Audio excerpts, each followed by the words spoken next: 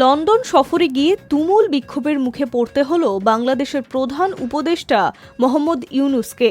জানা গিয়েছে, গত মঙ্গলবার বিএনপির নেতা তারেক জিয়ার সঙ্গে সাক্ষাৎ করতে লন্ডনে গিয়েছেন ইউনূস।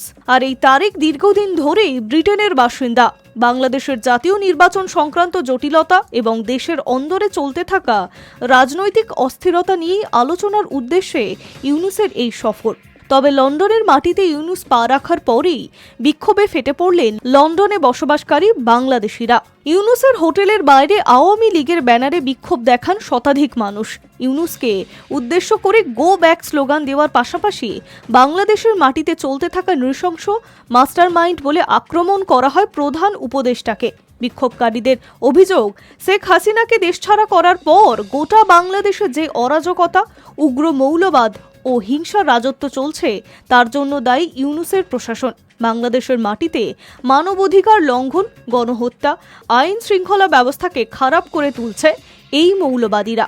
খোদ ইউনূস তাদের প্রশ্রয় দিচ্ছেন।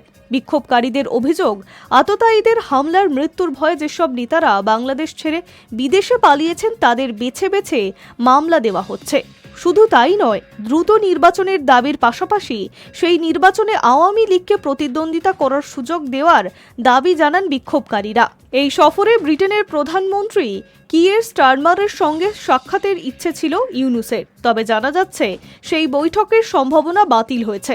এমনকি ব্রিটেনে সরকারি সম্মান থেকেও বঞ্চিত হতে পারেন ইউনূস, যা বাংলাদেশের জন্য নিশ্চিতভাবে অপমানজনক। সাধারণত কোনো রাষ্ট্রপ্রধান বিদেশ সফরে গেলে তাকে অভ্যর্থনা জানাতে হয় সেই দেশের সরকারের তরফে, তবে ইউনূসের ক্ষেত্রে তার কোনোটাই হচ্ছে না। Hi news network.